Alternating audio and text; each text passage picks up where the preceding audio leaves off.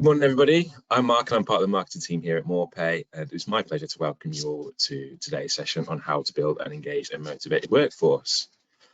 Now, employee engagement is a term that's been bandied around quite a lot in the past few years, particularly with ever-growing staff shortages. Tangible results from initiatives you put in might be a bit of a slow burner. It might seem like a struggle to track any improvements and showcase its value. So in today's session, we're going to take you through a wide variety of tips that you can implement to create a culture where employees feel valued, appreciated, to inspire some motivation and loyalty.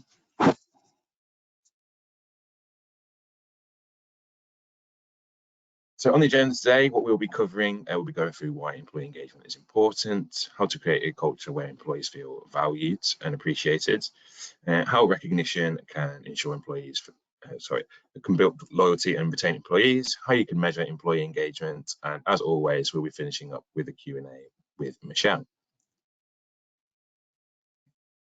To ask a question, just type in any question at any point throughout today's session using the GoToWebinar panel. We'll try to answer as many of these at the end of the session as we can. We tend to allocate sort of 10-15 minutes to the end of the session so we can go through these. And don't worry if you're facing any technical difficulties, we'll send everyone a copy of the recording afterwards. Now, for any of you that don't know MorePay, we'll tell you a little bit about ourselves. So MorePay has been around for nearly 60 years, and our mission is to make HR and payroll easy. After joining forces with Natural HR earlier this year, we've developed a complete all-in-one platform that's built on secure Microsoft Azure technology. Not only that, our HR and payroll services are backed by dozens of highly experienced subject matter experts, one of those being Michelle, so you're in very safe hands today. And all this is backed by our industry recognised accreditations, awards, and our excellent Trustpilot rating. So as mentioned, joining you on today's session is Michelle. She's our HR Services Director here at MorePay. She's responsible for running all our HR services activities within the company, including HR and employment law. She's got more than 15 years in operational and strategic HR experience. So as I said, you're in very safe hands. She has an acute understanding of the challenges that HR professionals face. So without further ado, I'll hand over to Michelle to talk all things employee engagement and motivation. Thank you, Mark, and welcome to everyone on the call today. Thank you very much for joining us. Before we get into the detail, I just wanted to touch on something Mark said at the beginning, which is this isn't a new topic to any of us. It is a really well-trodden topic that's been around for many years in many different guises, but it's important, has really gathered momentum over years, and it continues to gather momentum. And that's why it's really important that employers, managers, business owners, HR, whatever angle that you're coming from this today, that you continue to have this on your radar, you continue to look at it. It's got to be on your agenda, and you've got to continually think, what do I need to do to improve, review, measure employee engagement, and why is it so important to me? It's certainly not something that is just one and done in a tick box that could be put in place and you think, okay, we've got that covered. It's something that needs to carry on. What motivates people, obviously, is very individual, but it also changes over time. If you just think back to the past few years and you look at it in terms of the pandemic, so pre, during and post-pandemic, even just in that short time, what motivates people has really changed. And I think that's an important fact to sort of remember as we're going through this presentation today. So the first thing then is talking about why it is important. And I think this slide shows quite a startling fact that it is believed that the UK has one of the least engaged workforces in general in Europe. And just some stats that we've pulled out from various places. King's College London, in a survey that they did, 27% of people in the UK don't see work as important in their lives, and this is the lowest out of the 24 countries that were studied. A survey by Gallup said that 90% of employees said that they are not enthused by their work or their workplace, and further survey by them said that 76% of Brits label themselves as quiet quitters. I think maybe that is quite a British thing, that we don't necessarily speak up compared to some other cultures. But I think it's really important that we bear these things in mind when we are thinking how we can help our employees stay engaged. So on to the next slide then. reminding ourselves about what an engaged employee looks like and how they feel. So when an employee is engaged, they will feel generally these things. They will feel aligned to their business purposes. They'll feel connected to their peers. They'll take greater motivation whilst completing their projects and tasks, and that will probably be visible to you and to the rest of the organisation. And they've just got general more higher morale and worth at work.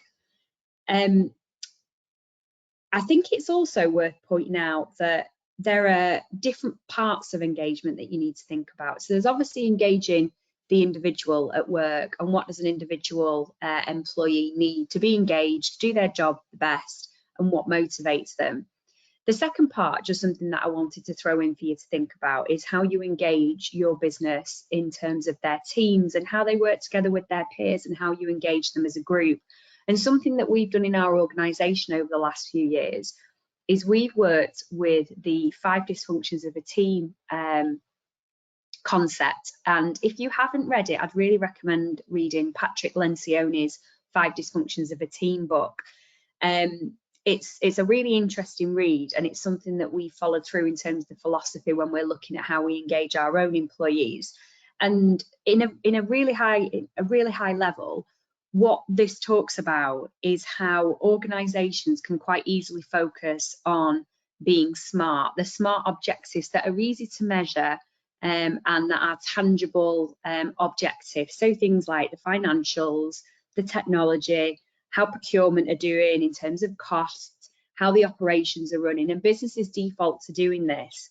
But in this concept of the 5 dysfunctions of a team, it says for an organization to truly thrive, they should also be looking at a healthy organisation to build engaged teams. And a healthy organisation would be an organisation that has minimal politics, minimal confusion, high morale, high productivity, and low turnover of good employees. And it's making sure that you equally distribute your focus on those 2 things. I haven't particularly focused it on slides in here, but I definitely worth having a Google, definitely recommend it. And if anyone wants to connect with me on LinkedIn and talk about that in a bit more detail, I'd be more than happy to do that. So the next slide then is just reminding us again why it is important and what you're more likely to get from an engaged employee. Having an engaged workforce reduces turnover. So engaged employees are 87% less likely to resign. This contributes to making it a more attractive proposition for candidates when you're in the recruitment market. And this is particularly important at the moment. It is a very tough recruitment market out there. It will lead to increased productivity and performance. And Gallup have said employees work around 20% better when they're engaged. And this all makes the organisation just much more efficient and profitable. And that is something that every business is trying to achieve. So when you know that employee engagement is a big contributor to that, it can help you look at it in a different way. So how can you do this then? How can you create a culture where employees feel valued and engaged? There are different things that motivate different people, as I've already said. So this is it's not an easy thing to do. It takes time, effort, resource, and you're kind of in it for the long haul. But that's more so why it is so important. So how can you create this? In another survey we looked at from OC Tanner, it said only 61% of employees actually feel valued in their workplace. Sometimes companies can default to compensation as a way to make their employees feel rewarded and feel valued. And that is an important element, the compensation that they receive in terms of their basic salary or some of the extras, but it isn't the only thing, and it's quite a dangerous path to go down if you think that that is the only thing. I think most of us now have read so much about employee engagement that we know it's just not one-dimensional, but it's always, again, worth reminding ourselves. Showing gratitude is really important for employees to buy into an organisation's mission. If you want your employees to feel bought into what they are striving for every day, they need to feel respected and valued and feel like their work is meaningful to them, especially when they're in the thick of their day-to-day responsibilities. It's easy to get bogged down. And I think that the call out is that this really does need to be genuine, just rather than tick a box, make people feel like we've said thank you. Almost half of UK workers sometimes feel that the praise they receive is a little bit meaningless and a bit of an empty gesture. So it's thinking deeper about how you can really make people feel valued. So on the next slide then, continuing this theme, it really is about creating that right culture, and how do you look at all these different dimensions that are going to bring this in. And this really is at quite a high level, but we've sort of touched on embedding gratitude into your culture and making it something that doesn't feel awkward, that doesn't feel forced, that doesn't feel like a tick box exercise. It may take time, but encouraging not just managers, but all employees to appreciate the people that they work with and the people that they're around. It could be things like socials, like meals or competitive activities. It could be things that you do during the day. It could be something that you've got like a recognition at where people can give a thumbs up or a thank you. Having a platform where they can shout out to each other. Slowly but surely over time, that will start to become the norm in your organisation, and it will make it feel more genuine. I think it's another thing that we really need to think about is showing empathy when things go wrong. We all know that life's not perfect and things aren't always going to go right and always going to go the way that we want. And beyond just showing gratitude where good work is done, it's also important to be supportive when things aren't going quite right. And that means being close to your employees. That really helps in terms of engaging people with positive experiences work and showing that you're there to support them. It might even be things outside of work that are impacting their ability to do their job, and having that empathy and understanding can really help. And employees who have these overall positive experiences at work are much more likely to go above and beyond and be really invested in what they do. I think it's important to also seek input from employees. That appreciation about employees, it will come when they feel like the leaders really do care about what they're thinking. So that's kind of all levels of managers, and people value knowing what other people think of them, and it can be a real boost to them. And it's really about getting to know your employees, and it will help you understand how to give them feedback. It will help you better understand what to do with constructive feedback, how to approach them, and just having that bit of extra knowledge about your employee, about how you can help create this right culture. And then the last sort of high level thing I wanted to touch on was about rewarding results and encouraging effort. Now, obviously, I've already talked about reward in terms of compensation, and that is the most obvious and effective way to build and motivate teams, whether that's with their basic salary, whether that's with a bonus, whether that's with extras. But it's also about thinking about the range of compensation and benefits that come or are available to employees, and they're available to your employees. As I've said a few times, different things motivate different people, and having different options there on the more tangible things makes it easier to do this. And you can even look at things like the policies that you've got in place. Look at the leave policies that you've got around maternity, adoption, paternity. Is there something extra you could do to give them a bit more motivation? Even around, there's some companies who have compassionate leave when a pet dies, and that could go a really long way. There's sometimes a hesitation to think that people are going to abuse this, but the companies that put these things in place actually find that the complete opposite happens, and that it's a real motivator. But also make sure that you focus on people whose work isn't necessarily as visible in some organisations. So, for example, I'm broad brushing here, but a sales team, it's very easy to call out a sales team because the numbers are there, there's targets to hit, it's very clear cut, and it can be quite easy to call out those salespeople of what they've done, how they've achieved it, and make it well known and reward them for it and recognise them for it. But make sure you're thinking across the whole organisation in terms of the back office functions. How can you recognise them for doing a good job when maybe it isn't as tangible? Just look right across the organisation. And all of these things together just go towards the steps to make that right culture. So how recognition ensures that employees feel motivated then. So what does it look like? The first thing then, we've talked a little bit about remuneration.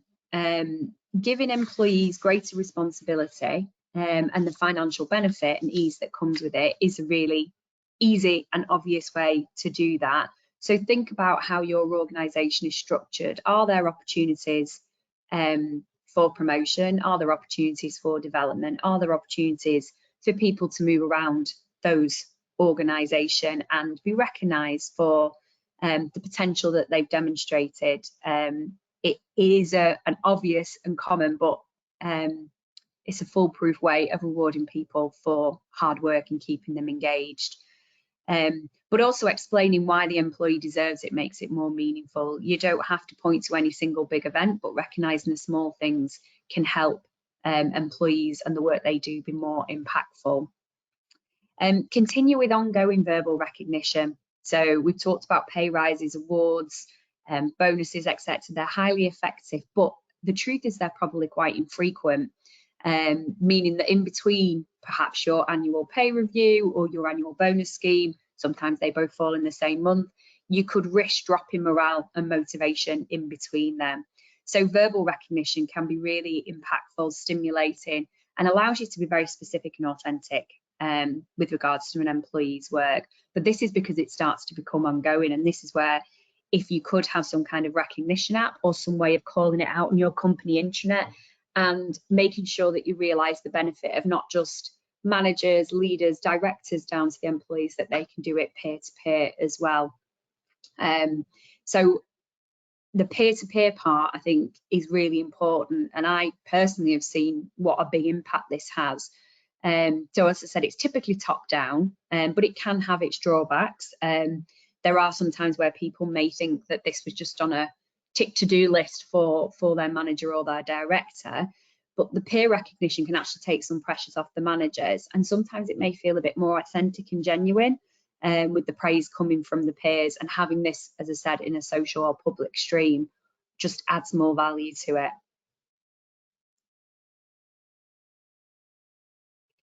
A big thing then is what employee engagement and motivation does in terms of building loyalty. I sort of said, I think we're all, as businesses, struggling in the recruitment marketplace at the moment. It is a very, very tough place to be out there and recruiting. There's so many different factors that people are considering, and the job market's a little bit flooded at the moment. But this is, how do you build loyalty, and how do you create an environment where people want to stay? And this is really looking at employee fulfillment. How do employees reach that potential of feeling fulfilled in the job that they're doing? And there's 4 key factors that influence how fulfilled an employee will feel. The first one is around community, and this is them feeling that they belong and have a sense of purpose in that role. It's something that we probably all crave both in and out of work, and it's important to remember that the values you have outside of work, or individuals have outside of work, also have meaning and impact in work. We've touched on this already, but it's about having the opportunities to grow, their ability to demonstrate their skills and experience. This doesn't necessarily just mean being promoted. It's having an opportunity to do something out of their day job, to push themselves out of their comfort zone by taking on projects. Look at how you can create those opportunities without having a really massively hierarchical structure. It's also important for individuals to feel that they and their work has purpose, that their work matters, and that is really about communicating how their individual objectives that they are set in their role, in their team, impacts the business overall objectives at a higher level. How do they link through, and what impact does that have on how the business performs overall? And then the last thing around fulfillment is about balance. It's about an individual feeling that they have autonomy and flexibility, but that they're doing it in a safe and supported environment. And Forbes say that when employees rate all 4 of those areas highly, they are actually 21 times more likely to feel fulfilled, and that fulfillment will lead to them staying in the job for longer and feeling more loyalty to the company.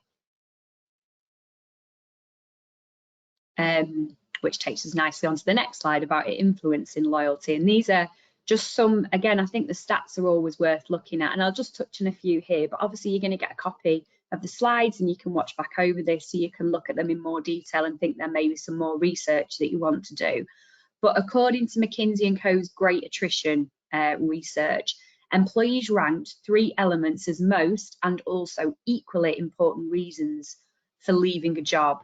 And the 3 areas were not having caring leaders, having sustainable work expectations, and a lack of career development. And they are 3 really important things to individuals. Interestingly, remuneration wasn't on there, and that's why we just need to keep thinking more broadly. But it reinforces the need to get to know your employees and finding out what makes them tick, and finding out the best ways of working with them. But being realistic, balancing that with knowing you cannot be everything to everyone, and it's just about trying to find what gives the most options. But I also think that this is quite interesting, that when employees have a strong workplace community and feel that they are part of that community, they're 8 times more likely to feel that they belong. And it's that sense of belonging that leads to other important outcomes. So increase in retention, increase in the tenure of the employees or their general intent to stay. I mean, some turnover is always good just to keep things fresh in the organisation, but it's making sure that that is for the right reasons, in the right way, and that you're balancing that with people who feel loyal and fulfilled and therefore are helping you achieve your company's goals.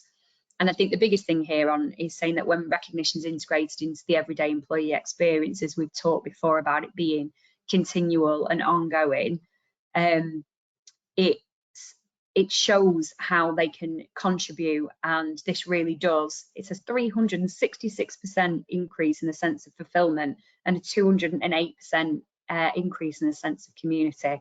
So they are pretty hard-hitting facts to look at. So the sort of the final area that I wanted to talk on was then about measurement of employee engagement. We've talked about how you can go ahead and look at different areas. You can put in lots of different initiatives. You can talk to the teams about what they want, but how do you as an organisation know that this is working? And I'm just going to keep repeating this because it's so important, but it says it again there. Not everything you put in place to engage your employees is going to work for everyone. So you need to gauge what's having an impact and across how many people. And there are a number of ways that you can get feedback from employees. And there are also metrics that you can look at, which will either directly or indirectly indicate how engaged employees are feeling. But the important thing from this is not to just think, okay, that's where they're feeling engaged. Look at where there are low levels of engagement, and that means you can proactively address it, and you can review what you've got in place. Look again, is there something different you need to do, something you need to change, something you need to update? That's just as important as looking at where you've been successful. So on the next slide, I just want to talk to you about some options of metrics that you can look at. One that's really important is around voluntary staff turnover rate. It's something that's usually monitored in most organisations, but it's important to look at that staff turnover rate of those who are voluntary left and compare the levels of attrition in your organisation, both over time, but also you can compare them to industry benchmarks, and this will help you discern whether you've got a cultural issue of people leaving, and if they're leaving, why are they leaving it? Think about doing exit interviews so you can find out the detail of why people are leaving. Compare it to different departments, gauge whether employees are particularly disengaged under certain managers or in certain areas, and what's the difference between there and somewhere else where it seems like staff are staying more. It's an old metric. It's one that's been around since I started in HR, but I think there's the time now to be able to put a lot more power behind it and a lot more focus on actually what that attrition rate means and how you get it down, but think about the why and what you can do to change that. Absenteeism is something that should be also monitored, because absenteeism at a higher rate than average can suggest a lack of motivation. So there are things like the Bradford Facts you can use, or you might have your own policy that you use for it, but make sure you look at those high metrics, but again, dive into the background of it. Look, is there particular areas, particular teams, particular times in your month when it's peak period, potentially when you're at your busiest. Are there more people who are absent during them? Is there things that we need to do around basic work processes to help them feel more supported? Something that we use in our own organisation is an employee net promoter score, and this is a staff survey, and ENPS is one way of actually measuring engagement in a business, and it actually gives you an engagement score. And at the moment, it's quite a widespread measure across businesses and across HR departments that allows you to assess how employees are feeling. And data is collected through the employee survey, which asks them to feedback on a scale of 1 to 10 on how they're feeling on a number of different areas, and then converts this into an ENPS score. There are obviously lots of other different employee surveys out there and some different methods that are available, and they all have their pros and cons, but it is really useful to be able to have a score to look at, a score that you can monitor over time, and a score that allows you to have detail in the background where employees can comment and why they've given that score. And that is a really powerful tool to use. I think one thing that is changing and has changed over the last few years is that businesses who are using employee surveys are starting to do them more frequently. Many years ago, when the company I worked for at the time started doing engagement surveys, it was an annual survey, which, you know, was better than not doing them at all, and gave a lot of useful information, but it felt such a long lag between one year and the next. So I think it's really important to start thinking about how you do that on a more continuous basis. Glassdoor ratings is another area that you can look at, looking at what leavers from your organisation or people in your organisation have said about you on Glassdoor. It displays average ratings based on insights from people, and can give you a view of how the company is perceived. Look at the uptake of benefits. Look at what benefits you've got in your range, and look at who is taking them and what proportion of the employees are taking them. Look at the demographics of who's taking them. Are there benefits on there that you thought might be a good idea, but actually no one is taking it up? And then you need to look at, is that because they don't know enough about it, they don't know why, or it's not a benefit that they are interested in?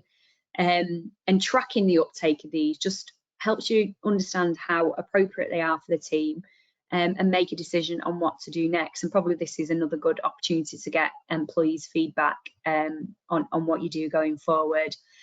And then the last one on here in terms of metrics is performance tracking. So however you do your performance reviews, whether that's annual, biannually, or continuing performance, which a lot of businesses are moving to, gaps in performance or a high level of what you would deal as underperformers can show that there is dissatisfaction in an organisation, and it could be caused by a lack of motivation or a lack of feeling of underappreciation, and this may prompt some action from you going forward. So again, a bit of a whistle stop and high level, but some really decent metrics that you can look at that can start helping you measure engagement.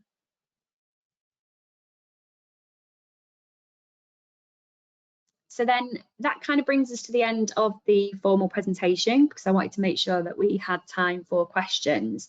But I guess just to summarise it, repeating what I said earlier, this is a well-trodden topic. It is a huge topic.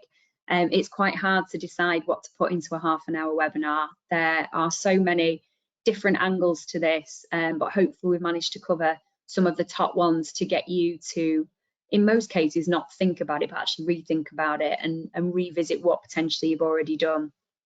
Some of the themes that we've discussed are going to be a bit more long-term, and things that you need to be in for the long haul and keep doing and keep reviewing and keep revisiting. But then there are many simple ways that you can help staff feel motivated and appreciated that can be quite quick wins, and sometimes they are just as effective.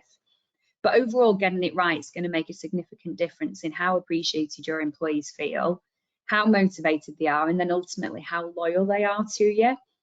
And the results will be boosted in your organisation overall in terms of monetary, financial and operational achievement, because an employee who is more motivated, as you know, will be more productive, and that will lead to the company being more profitable.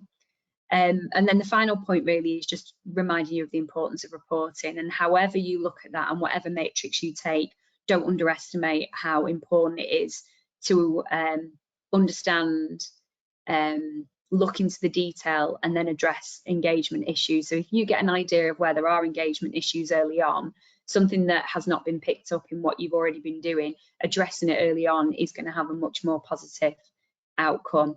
And it also allows you to showcase the value of the initiatives that you have put in place that are seeing the benefit.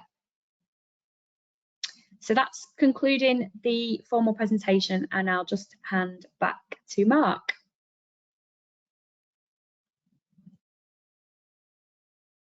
Thanks very much, Michelle. Yeah, great presentation as always, and hopefully everybody found some cool tips in there. We've had a few questions come in over the course of the session, so I'll just rattle a few of them up to you, Michelle. First of all, we touched on like peer recognition earlier. What would you say? How could you go about like inspiring people to recognise their colleagues more? Because we talked about how, you know, a colleague might value the recognition that bit more if it comes from somebody sort of on their level. How can you go about inspiring people to give that feedback? I think it's about communicating the initiative and making sure that everyone understands why it's there.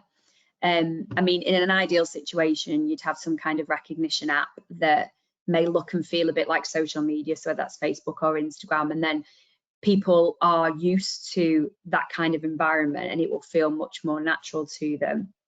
But in an instance where you can't have that, you can do something on your company intranet, or it could be something a bit more informal.